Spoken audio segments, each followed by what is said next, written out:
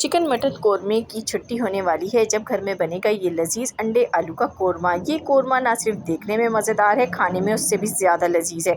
अगर आपने यकीन माने इसको घर में एक बार बना लिया ना तो बार बार बनाना पड़ेगा। बनाने में बहुत ही आसान है, बहुत जल्दी झटपट बन के तैयार हो जाता है। तो किस तरह बनेगा बिना टाइम ज़ाय किए, चलिए रेसिपी की तरफ आगे बढ़ते हैं। इसको बनाना स्टार्ट करते हैं। बिस्मिल्लाहिर्रहमानिर्रहीम।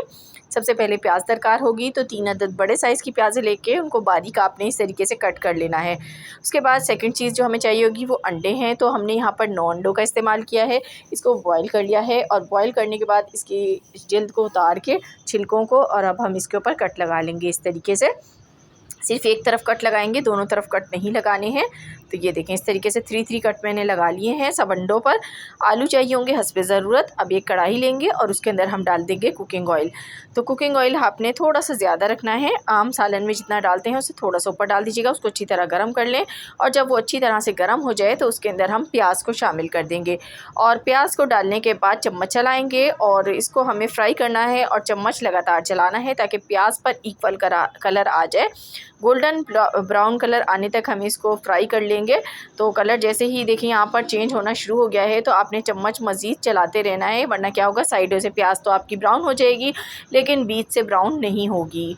तो आपने बस जब ये ब्राउन हो जाए तो बस इतना ही लाइट कलर रखना है, बहुत डार्क कलर पे मत जाइएगा वरना इससे सालन का टेस्ट ख़राब हो सकता है।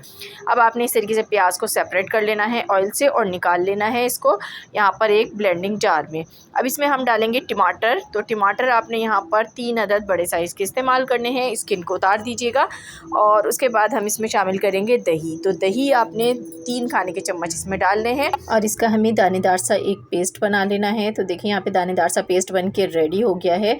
अब हम उसी तेल में जिसमें हमने प्याज को ब्राउन किया था उसी में हम कुछ गरम मसाले शामिल करेंगे, जिसमें एक तेज़पत्ता है। साथ ही यहाँ पर हमने 3 अदद लौंगों का इस्तेमाल किया है और 2 छोटी इलायचियाँ हैं। बस मुख्तसर से इसमें गरम मसाले जाएंगे जो कि इसमें बहुत अच्छी सी खुशबू को पैदा करेंगे। तो ये मसाले डालने के बाद अब हम इसमें लहसुन अदरक का पेस्ट डालेंगे। 1 छोटा खाने का चम्मच मैं इस्तेमाल कर रही हूँ, अगर आप बड़ा खाने के चम्मच इस्तेमाल कर रहे हैं तो आधा कर लीजिएगा। और इसको डाल के सिर्फ 15 सेकंड तक फ्राई करना है। इस पर कलर बिल्कुल भी नहीं आना चाहिए, बस इसको इस तरीके से मिक्स करना है। उसके बाद इसमें आलू शामिल करने हैं, आलू को डाल के फ्राई करेंगे हम यहाँ पर 2 से 3 मिनट। उसके बाद हम इसमें अंडे डाल देंगे। अंडे डाल के इसको भी हमें फ्राई करना है ताकि इसके ऊपर भी थोड़ा सा कलर आ जाए। और साथ ही हम इसमें शामिल कर देंगे यहाँ पर हल्दी, 1/4 खाने का चम्मच। और हल्दी के साथ ही हम इसमें नमक भी शामिल कर देंगे, एज़ रिक्वायर्ड आप यूज़ कर सकते हैं। मैंने आधा खाने का चम्मच इस्तेमाल किया है। तो ये देखें ये डाल के और इसको हमें फ्राई करना है ताकि अंडों के ऊपर भी और आलू के ऊपर एक खूबसूरत सा कलर आ जाए। तो हल्दी डालने से ये फ़ायदा होगा। और उसके बाद हम इसमें रेड चिली पाउडर इस्तेमाल करेंगे, आधा खाने का चम्मच। और साथ ही हम धनिया पाउडर इस्तेमाल करेंगे, ये भी आधा खाने का चम्मच है। ये दोनों मसाले डालेंगे। बिल्कुल सिंपल से मसाले हैं जो आपके घरों में मौजूद होते हैं, उसी से ही आप मज़ेदार सा कोरमा बना सकते हैं अंडे आलू का। दोनों चीज़ों को डाल के मिक्स कर लिया और उसके बाद हमने इसमें डाल दी कश्मीरी लाल मिर्च, जो कि इसके अंदर एक खूबसूरत सा कलर लेके आएगी। तो ये भी आपने 1 खाने का चम्मच डालनी है और इसको मिक्स कर लेंगे। और उसके बाद जो है हम इसके अंदर वो पेस्ट शामिल करेंगे जो कि हमने पहले से ब्लेंड करके रखा हुआ है। प्याज और टमाटर और दही का, तीनों चीज़ों का हमने ये पेस्ट बनाया है। बहुत थिक सा पेस्ट है।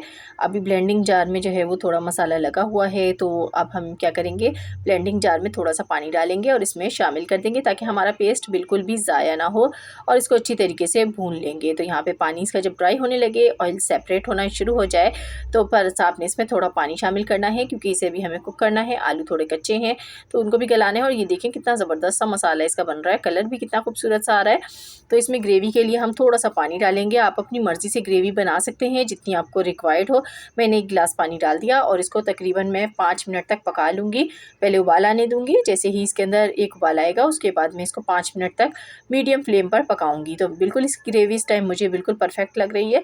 पक के थोड़ी सी और थिक हो जाएगी तो इसको कवर कर देंगे। बिस्मिल्लाहिर्रहमानिर्रहीम। तो देखिए 5 मिनट के बाद चेक कर लेते हैं।